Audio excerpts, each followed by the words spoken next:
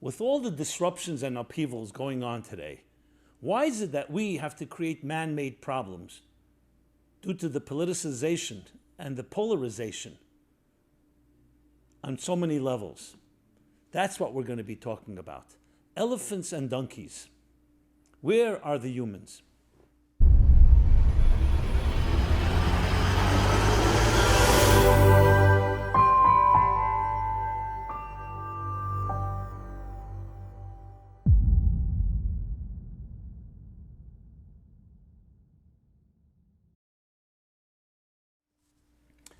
Hi, this is Simon Jacobson, and I'm honored to be speaking with you about a very vital topic.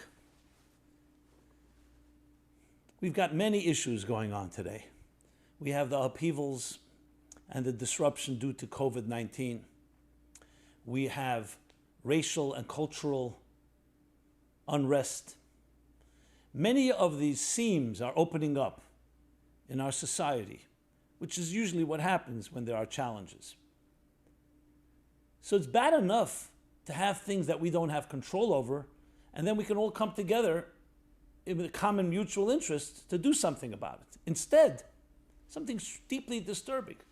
We're creating man-made problems. We can't even agree. It's so upsetting when you see everything being politicized. The polarization in the United States and elsewhere, but especially in this country, is so deep. Can't even agree. And everything you sense has some type of agenda. The media, supposed to be free press, giving us objective facts, have sides. And I'm not getting into which side. This is not a political discussion.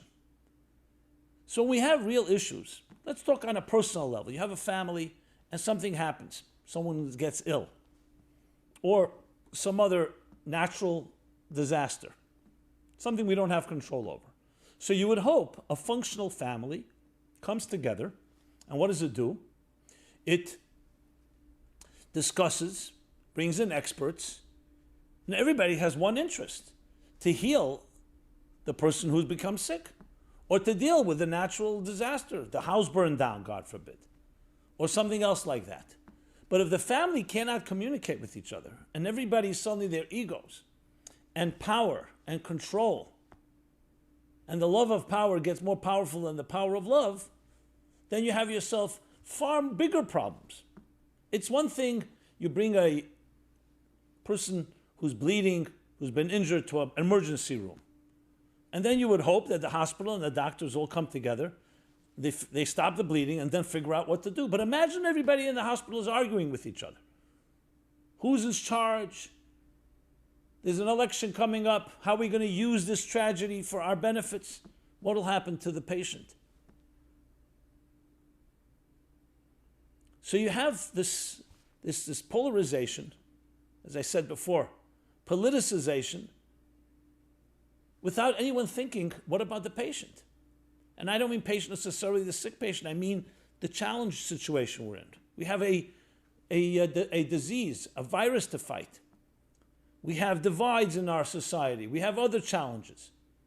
Every one of us knows in our personal lives, in our homes, our families, our communities, with all the close downs, lockdowns of schools, camps, the unknown. One day things are open, the next day we don't know what's going to be. There's a rise, there's a resurgence. This is when we need to come together. And yet, look what's happening. So interesting, looking at it, in this country, we have two major political parties. And maybe they're a good model, they're a good template, a good backdrop to do a case study. So, what are the parties called? The Democratic Party and the Republican Party. And they have symbols. The Republican Party symbol is the elephant, the red states, red, and the Democratic Party is the donkey, blue. So I was wondering why? Where did these symbols come from?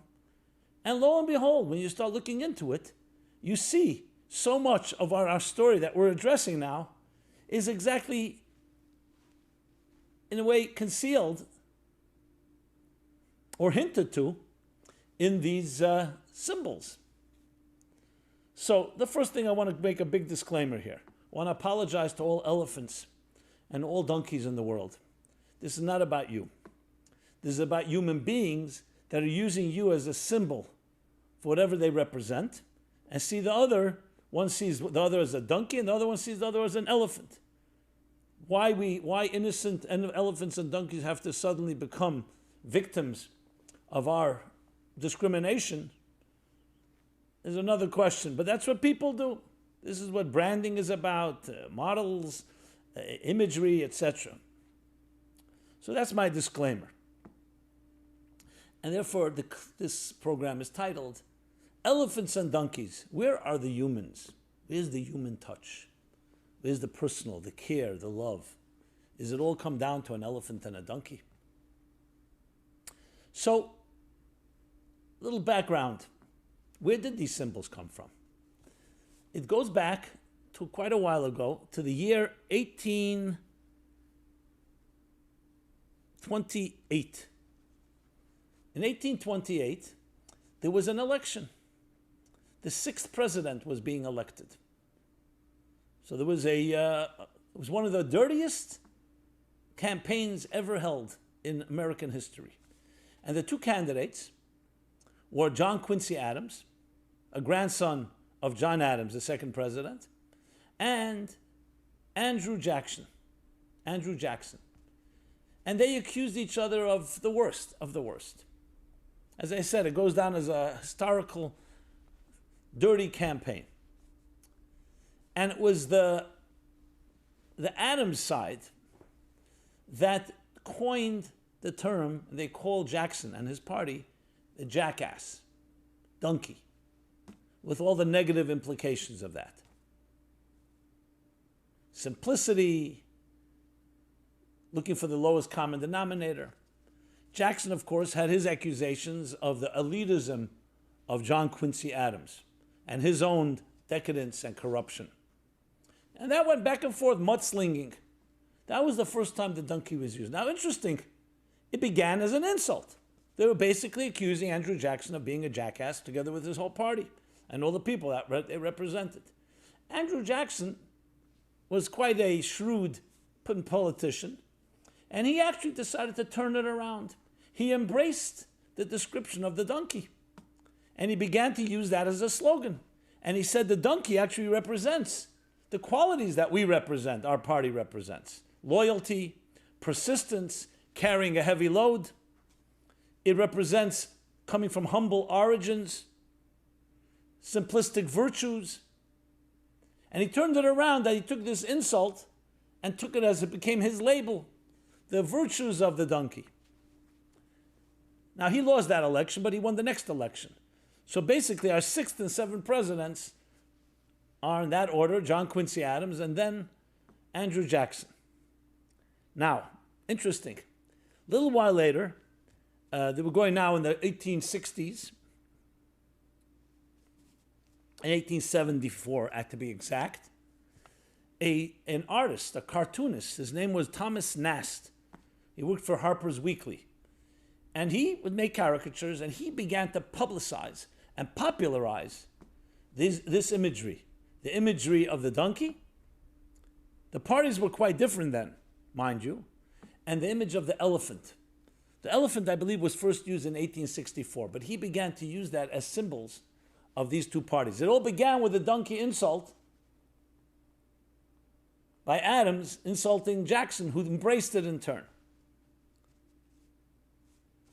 Now, the elephant was embraced by the Republican Party because the elephant represented compassion in their mind, loyalty. Elephant's also another form of loyalty, and other virtues of the elephant. But you could imagine this became the elephant and the donkey. So Thomas Nast, which incidentally was literally a cultural illiterate, he couldn't read and couldn't write, but he drew beautifully. So this became part of, and slowly became a permanent fixture in politics. And over the years, this became the symbol of the Democratic Party, the donkey, and the symbol of the Republican Party, the elephant. The colors red and blue went through different variations, especially as television moved from black and white to color. So first, actually, there was a time where Republican was seen as blue and Democrat. And then there was different channels. I think NBC still kept the Republicans blue, but then they decided, this is later, we're talking about in the 70s when color TV started, became more popular. By the 80s, it became more solid that the blue states is Democratic and the red states are the Republican. But I want to talk about the elephants and the donkeys. It's interesting, we're using examples of animals. And though they probably did not intend to, but when you go back to the roots, you see it was used as an insult. No matter how Jackson turned it around. And it immediately begs the question, is there any human being in here anywhere? Again, this is not meant to dismiss animals. An elephant should be an elephant and a donkey should be a donkey. But when humans begin to behave that way, it becomes what we call a jungle or a zoo. Reminds me, I don't remember where I heard it. I think I heard it I think it was on a radio show where they said they were delivering the 10 worst jokes. And one of them was this joke. It happens to be not such a bad joke. I don't know why they called it the worst jokes, but okay. So this couple, this hard working couple, get married, they love each other, but they're both executives, too busy for each other. This one's building a company, this one's running a company, and it's overwhelming. They rarely have time for each other. So you can imagine it takes a toll on the relationship. Finally, they both realize, we have been married now for 4 years, 5 years, and we rarely see each other. This night you come home late to a meeting, this one has to go out, everyone has theirs, someone has to travel. So they decide, you know what, we're going to open our calendars and let's schedule time, quality time with each other. Beautiful. They open up the calendar. My calendar is sealed, locked up for another 4 months. Well, in the fourth month, I'm too busy. They finally find something 8 months down the road. Part of the joke. They pencil it in. Great. What happens next? The day comes, and they're actually excited. They're excited. I know the punchline you think is that comes that day and someone has an emergency meeting. No. They actually scheduled in the morning. They don't go to work that day. They pack up food, other stuff they need, and they're going on a road trip. They planned it. They're going to go upstate. They start traveling. And, you can imagine a couple that hasn't spoken to each other, at least not intimately and personally for years. What do you talk about? So they begin. Loose talk, break the ice. Then, as they're going, they get into an argument. No, this is my opinion, your opinion. To the point the argument turns into Cold War. A Cold War, it's a silent treatment. The silent treatment. And they're not talking to each other. They're driving an hour, hour and a half, silent. I mean, they schedule this, years they haven't done this. They schedule this months ahead. And each of them are uncomfortable to break the silence. But finally they come somewhere upstate where there's a farm. As they're driving by, they see a few mules, a few donkeys. So the husband says to his wife, any relation of yours? No, the donkey is also known for being obstinate. So he says to his wife, you see that donkey? Any relationship to you? Suggesting she's obstinate. Without missing a beat, she says, yes, through marriage. Okay. So was this an insult? Was this a way of... I don't know the end of the story. I hope it opened up conversation between them. But the fact of the matter is, donkeys and elephants, as we use them as metaphors, as I said, in the wild where they are, they're doing exactly what they should be doing. That's how they were created, and they don't waver. But they're human beings that behave like a donkey, basically obstinate, stubborn, and refuse to yield. This is so common today in arguments. And then an elephant. An elephant is a heavy animal. When it steps, it plows ahead. And a person who behaves like an elephant could be like a bull in a china shop, to use another animal metaphor. Let's call it an elephant in a china shop, if you wish. So when you look at it that way, and you start thinking about it, even though I know it's almost humorous, elephant, donkey, who really thinks about it? But everything has deeper meaning. Is that what we come down to, that we're going to be like elephants or donkeys, whether in obstinance or stubbornness or just powerful? Is there any human, the humans? So, my friends, they say half the problem, awareness of a problem is half the cure. Awareness of the problem is half the cure. To talk about this is very refreshing. I don't like to go on to TV or watch online. Every time you watch it, just infuriating. Yes, sometimes you get some facts, but at the end of the day, it looks like a wrestling match. Yeah, like a mudslinging wrestling match. Each station, each media outlet has its own positions. Some feel it's their civic duty to bring down Trump. Some will defend him by all means. You don't find balance. You really don't find balance. You don't find two discussions. They play the game. They always have a contrary view, but the contrary view is always either overridden or outnumbered by the other view. And the same thing in print media. And I'm not trying to disparage media I come from a world of media. My father was a publisher, was an editor. And what it does is really creates much more problems than it solves. Because who are you to believe? You feel the agenda. You feel that everything is being used. You almost feel like COVID-19 is being used either to re-elect Trump or to bring him down. When there are people suffering. And can you trust Washington? Can we trust the politicians? Can we trust the media? Who has us in mind? So I don't want to focus on the negative, but when you see it out there, you almost feel like, my grandfather was an old man from Russia. And he used to tell me, he was always very cynical about the media. He told me, everything in the newspaper is a lie. Let's not forget that my father was a newspaper man. So maybe he was hinting, or maybe he wasn't. And I said to my grandfather, I said, Zayde, Grandpa, how could you say that? This is America here. Free press. Thomas Jefferson said if he had to choose between a free press and a free government, he would choose a free press because without a free press, you don't have a free government. You talk about Russia. Yeah, there it was all propaganda, mind control. My grandfather would not relent. He said to me, everything is a lie.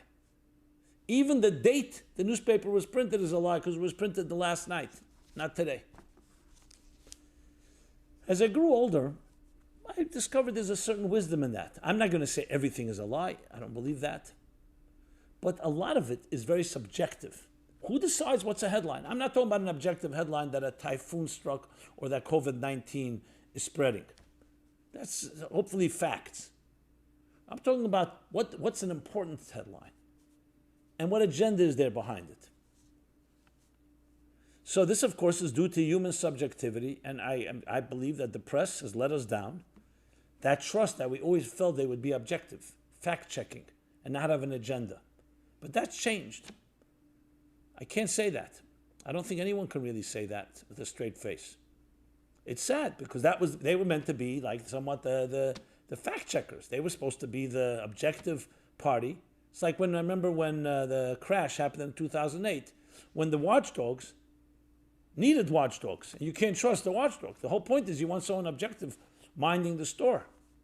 What happens if the gatekeepers need gatekeepers because they themselves are part of the problem? And it brings me back to exactly that. You talk about media. In the former Soviet Union, there was a newspaper called Pravda. I think it's still there. You know what Pravda means in Russian? It means truth. Would you trust a newspaper that's called Truth? There was, in the olden days, there was the Jewish communists also had a newspaper. It's called Emes, Truth in Hebrew or Yiddish. It's interesting, the way it was spelled was completely wrong. Emes in Hebrew, you spell Aleph, Mem, Tuf. if you're familiar with the Hebrew alphabet. In Yiddish, Aleph Mem Tov, it was spelled Ayin Mem Ayin Samach. Basically, 3 letters, all of them misspelled. I used to always think that maybe the editor-in-chief or the publisher wanted a hint to those that knew the language, don't trust anything here because even the name is misspelled. But regardless, who's going to trust? The first thing you know, when there's a totalitarian regime, the first thing you want to do is mind control. Control the airwaves, control the print, the information people are getting. You control that, you control minds.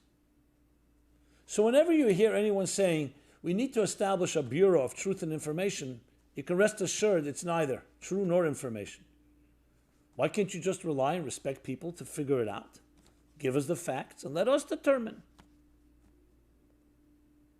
So anything called truth, or like people say, trust me.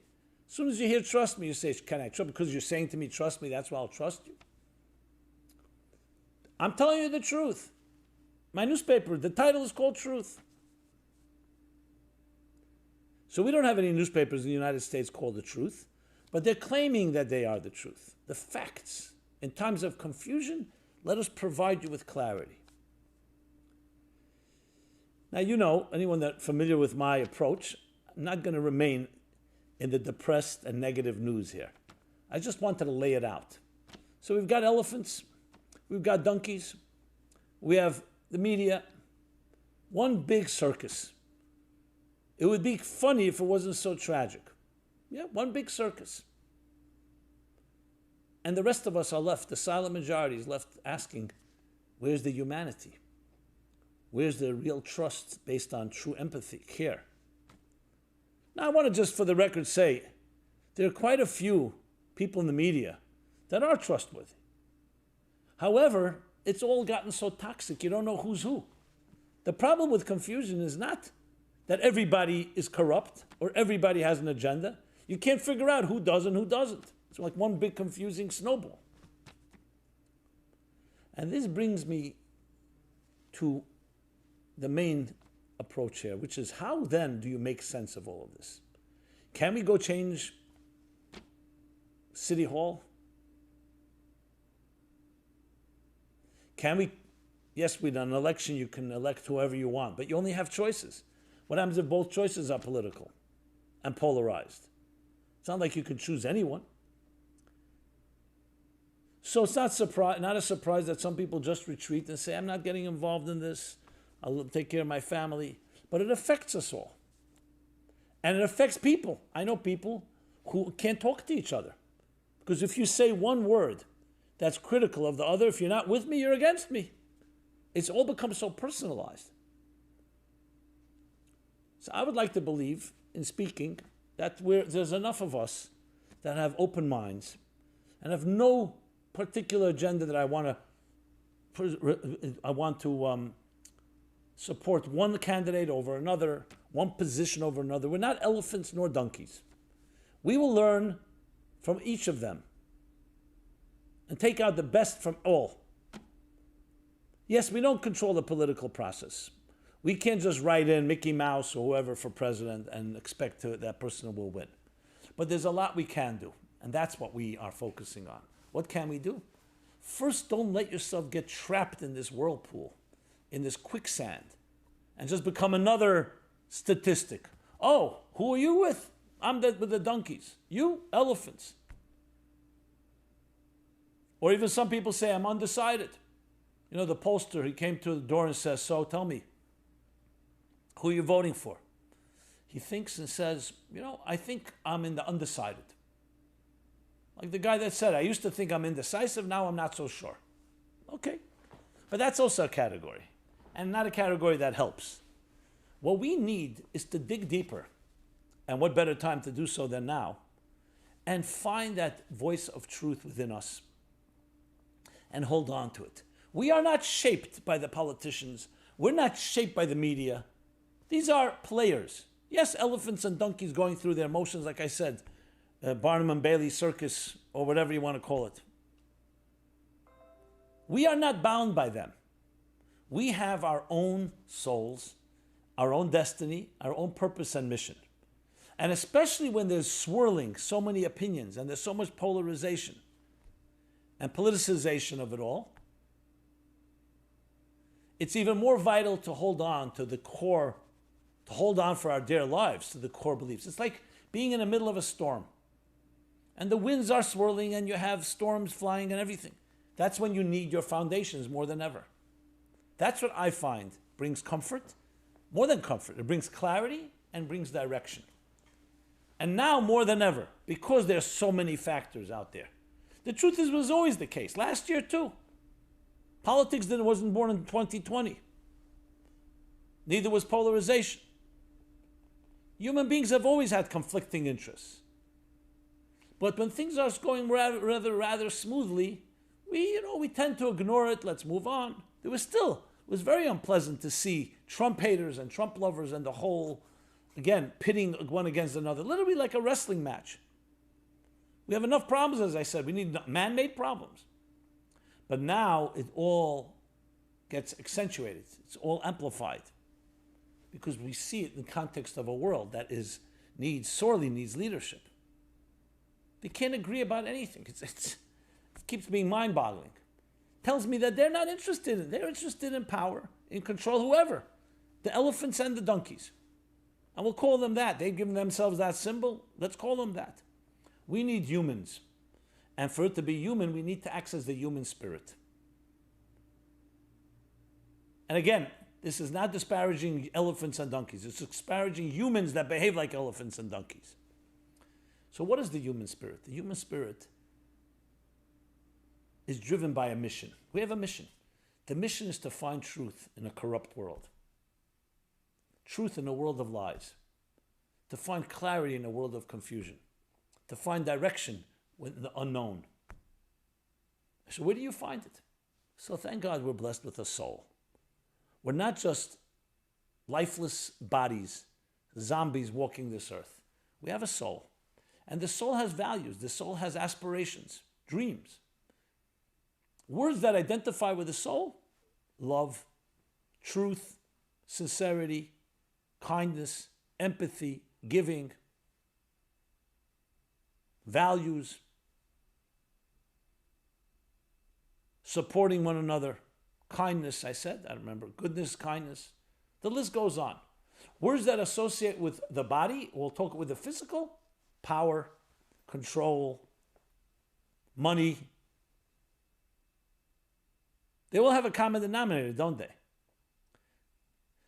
The most sublime values that we so cherish and value are often drowned out in the noise and the clutter and the turbulence of all these battles. I remember a while back, middle of the COVID, I think around April, May, I turned on some of the networks, Fox, CNN, MSNBC, the smaller networks, online. I just wanted to get a taste. Stepping back, let me get a sense. I'm reading some of them very interesting stories, some about how to deal with the illness, how to deal with the cultural and social challenges, what people are reading, how people are coping. A lot of politics, obviously, the pro-administration, anti-administration, the donkeys, the elephants, all out there. I was desperately looking.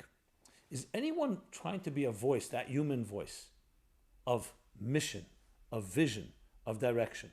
I'm not going to say there wasn't anything. I found a few interesting articles, but completely overshadowed by the rest of it. So if you're really looking, you'll find a few good things. And I'm not talking about reporting the facts or how to, or what culinary, what new recipes you can do in quarantine or stuff like that. There are a lot of good ideas, but that capturing, or I would say captivating your imagination, that spirit, that resilience, that need for deeper love, deeper connection and unity. So that told me, not much, that told me it's reflective, it's mirroring where society is at. Nobody's offering that because we're not even accustomed to ask those questions. So it's like glaring, the headline that should be dominating the news every day is glaringly missing. The celebration of the human spirit in face of challenge. Again, there were articles, talked about history. I remember a good article I saw about a spiritual awakening in times of pandemics or following a pandemic. But it's not dominating the news, because the news has become entertainment, has become a circus. No one likes to say it that way, but people want that battle feeds into the lowest common denominator. But we have that human spirit, and that's what we should be battling for. And yes, the elephants and donkeys as well should access the humanity within them. I remember a principal of a school. He was hired. School was having its issues. After a few years, I asked him, so what did you accomplish in the school? It was a chaotic school. He says, I turned a jungle into a zoo. I couldn't stop laughing, to be honest.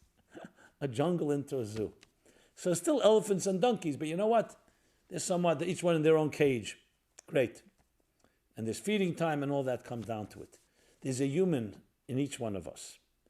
We should not become a product, and definitely not a victim, of the politics, of the politicization, and of the polarization around us. That's the first and most important thing. And how do you do that? Because it's so easy to be swept away by it. We're like in it. As I mentioned before, you're in a stormy sea. You need your anchors. You need something to hold on to. So ask yourself these questions. What is your highest aspiration and dream? What type of mark do you want to leave in this universe? Whom do you love and why do you love them? What values do you stand for? What are you ready to fight for? I don't mean to death, physical death, but what are you ready to die for in passion? What you really believe in? Something that is uncompromising, unwavering. These are the questions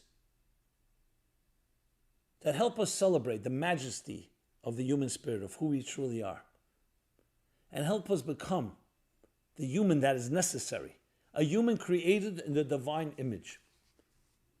Now, this is a statement, as I've said, that needs to always be stated and restated and renewed and reclaimed and rejuvenated. But especially now, I wish this message would go out to billions of people. Because I believe in every human being.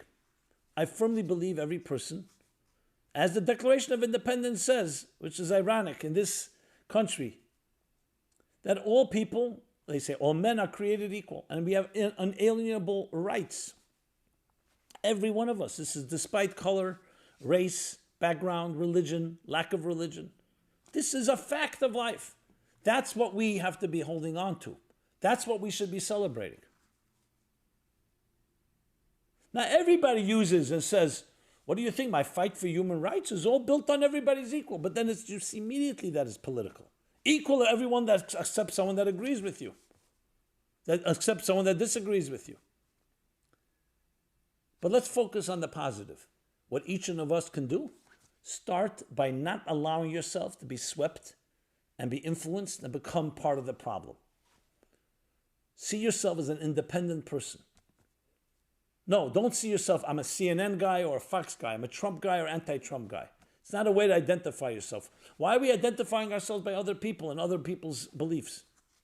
Especially when you find out that they have agendas, whoever it may be. Identify yourself by yourself, who you are. What do you stand for? Do we need to live vicariously? I spoke about this last week, entertainment within, through others, through sports, heroes, Hollywood stars, politicians, musical, rock stars, etc. They have what they contribute, but we're not defined by them. Learn to define yourself by yourself. And you do that by answering the questions I mentioned before. We all were born that way. Look at young children. Ask them, what do you think about elephants and donkeys? If they know what you mean, they'll talk about elephants and donkeys in the zoo or in the wild. They don't relate to this. Children are not political. That means the human nature is not political.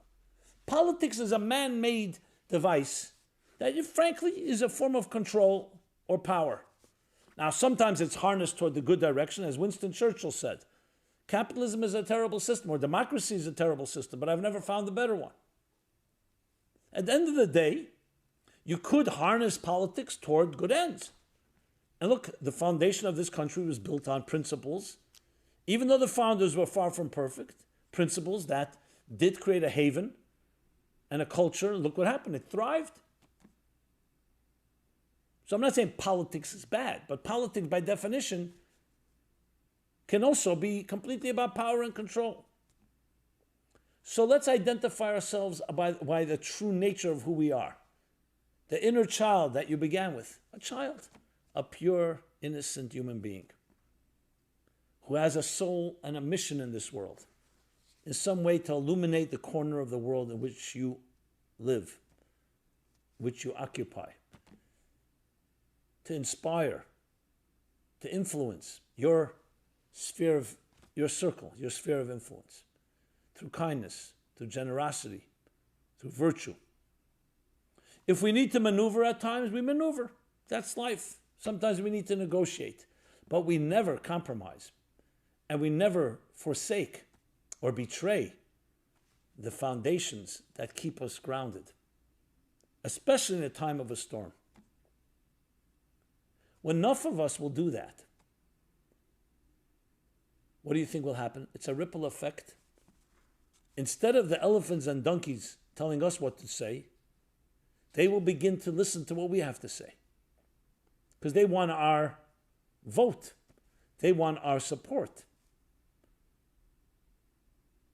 I have no doubt that we can create a groundswell, a grassroots movement, a revolution, a healthy revolution. Not through violence, God forbid, not through any negative ways or aggression. An ideological revolution, a spiritual revolution, one in which we all individually and then together embrace something greater, a vision for tomorrow. Have you heard anyone offer a vision for tomorrow? In all this, whether it's Biden or Trump, yeah, they talk about this, we're going to do this thing, a vision for tomorrow, a vision for the human race that you can trust, that is not just about another campaign line in order to get the vote, another cynical statement. I'm not surprised.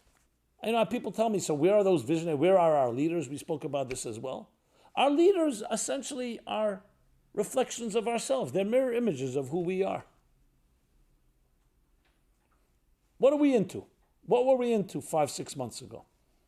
Football on Sundays. The baseball season was coming. We had our summer plans. People are into romance, relationships, sexuality, money, all kinds of stuff. Video games. A lot of very, let's put it this way, very materialistic and definitely impermanent things. And this has been the story of decades, the decades of prosperity. Values, you asked a young man or woman or older man or woman, tell me, what are you ready to fight for? What are you ready to die for? They don't even know that language. In World War II, we were ready to fight and die for the values of a free world. We haven't fought wars like that in ages. Do we need a war to crystallize our values? Most people, we took it for granted. We became apathetic, complacent, indifferent. Things have changed a bit because the ground under which we live has shifted. We can't rely on these schedules and routines and patterns. So there's a wake-up call going on. Absolutely. But we're still accustomed to that psychology. That's our mode. Okay, I can't go to Vegas. I can't do something else. Let me figure out how can I do it in another way. We're looking for other games to replace the games we can't play anymore. What we need to do is our humanity, is access that humanity, the human. And we begin individually. Individually means you begin by focusing what your values are, not allowing yourself to be swept away with the stream, the river, the powerful river of media, politics, and everything else that the elephants and donkeys are doing and everything in between. And once you have that anchor, hold on to it with your dear life, with your spouse, with your children, with your close ones, everyone in their way. Those of us that are single, still, we have our relationships, we have our values. This is not optional now. This is a must. It's the only way. I speak personally now. When I watch these things and I read about it, I feel like an outsider. I don't feel I'm one of them. I don't feel I'm an elephant or a donkey. I'd like to believe that I can vote for whoever I want to vote for based on whatever I hear. I'm not loyal to any party. I want to see what they stand for. Unfortunately, the choices are also given to us. We don't have any control over that. Okay, but that's what can you do about that? We need to be free men, free women. We need to free our spirits, not to be bound up by all this that's going on. And there's something very calming and relaxing when you do that. It's like going away from all those bonds and ties and connections that are not necessary. There's something very freeing. Your spirit gets free, unfettered, and you can think straight, and you can feel straight, and you can communicate with people you care about. I can tell you in the last months have been so, in many ways, so refining. Yes, we're in lockdown and quarantine and all the limitations. I have people who, friends and family that have died. I'm not dismissing the tragedies involved. And some people still have been hurt and injured by COVID and are in rehabilitation and trying to rebuild their lives. And the unknowns, I'm quite aware. I'm pretty much in touch. People are in touch with me. I see what's happening, like all of us see. And yet the refining part was because when you dig into those deeper resources, it gives you something to hold on to. I feel, personally, that I've been trained for a time like this. It's a time of battle. Not a battle on a battlefield, but it's a time of battle over the battle for the psyche of the human being. Who's going to control your psyche, your emotions, your spiritual life? Will it be others? Will it be the fears that are all over? Will it be others' need for control or power? Who's going to... There's a battle going on. A battle for our minds, our hearts, and our souls. So from my point of view, I feel that each of us that has the ability to find that deeper clarity, that's when we need to rise to the occasion now. And demonstrate, no, they're not, the outside world, the donkeys and the elephants are not going to control our minds and our hearts and our souls. Well, listen, we respect all human beings, no matter how they behave. But we don't have to be defined by them. And we don't necessarily have to agree with them. So let us create such a new community. And I'm not talking about creating another political party, let's say, who are now sharks. Or we used elephants, donkeys, sharks, let's say, what else? Weasels. Or, for that matter, let's see, what's a beautiful an animal that people... I was going to say a mongoose. I don't know why that came to mind. You know? We're not going to create another party. We're going to go back to who we are at the core and essence. Human beings. A human being that's created in the divine image. A loving human being. Created to love, to give, to shine, to illuminate, to inspire. That's who we are at our core. Everything else is superimposed. Do we need to survive? And yes, in survival we need to be able to tame the elements. We are a competitive race. We can compete in a healthy way. It doesn't have to mean you have to destroy your competition or anyone else. We're all part of one larger story, one larger narrative. Each of us indispensable and necessary, at the same time, absolutely need and complement and to be complemented by everyone else. Like I always say, a cosmic symphony, an orchestra of 7.8 billion and counting instruments, musicians, each delivering their unique voice, their unique song. This is called reclaiming our humanity. So, when we do that, then maybe we can realign and truly live up to that the donkeys actually become donkeys the way God wanted them to be. The virtues, the qualities that a donkey provides. Not in a dismissive or insulting way. And the same thing with elephants. They do have plenty of qualities we can learn from. But above all, we need to be human. We need our souls to shine forth. And now is the time to do so. The best way to fight the polarization is by removing yourself from it, looking at it and saying, what can I do to reintroduce human values, higher values, to become givers instead of takers. That, my friends, is the goal. Where are the humans? Where is the human inside all of this? Please join me in this effort. This has been Simon Jacobson, Meaningful Life Center. Meaningfullife.com is our website, which offers a wide spectrum of materials that address all these issues. How to empower your soul. We call ourselves a spiritual health center, offering life skills, offering spiritual tools, instruments. We have a weekly soul gym where we send out soul workout, soul vitamins. Just like the body needs nourishment, needs minerals, needs exercise, so does the soul. And the more you feed your soul, the more you nourish it, the stronger you become. And then the world of the body, the material world, becomes a vehicle for your soul rather than the other way around. It's the humans, not the elephants and donkeys that run the show. So go to meaningfullife.com, check it out. Please share, comment, feedback, thoughts, ideas. What I said earlier, we are all in this together. We're all part of one larger symphony. Let us play that music. And politicians and business people and everyone, whatever agenda, should also be seen as soulful human beings. And all those vehicles, all those platforms should be harnessed and used to express our soul's mission, not the other way around. And yes, the power of love will ultimately dominate over the love of power. Thank you very much.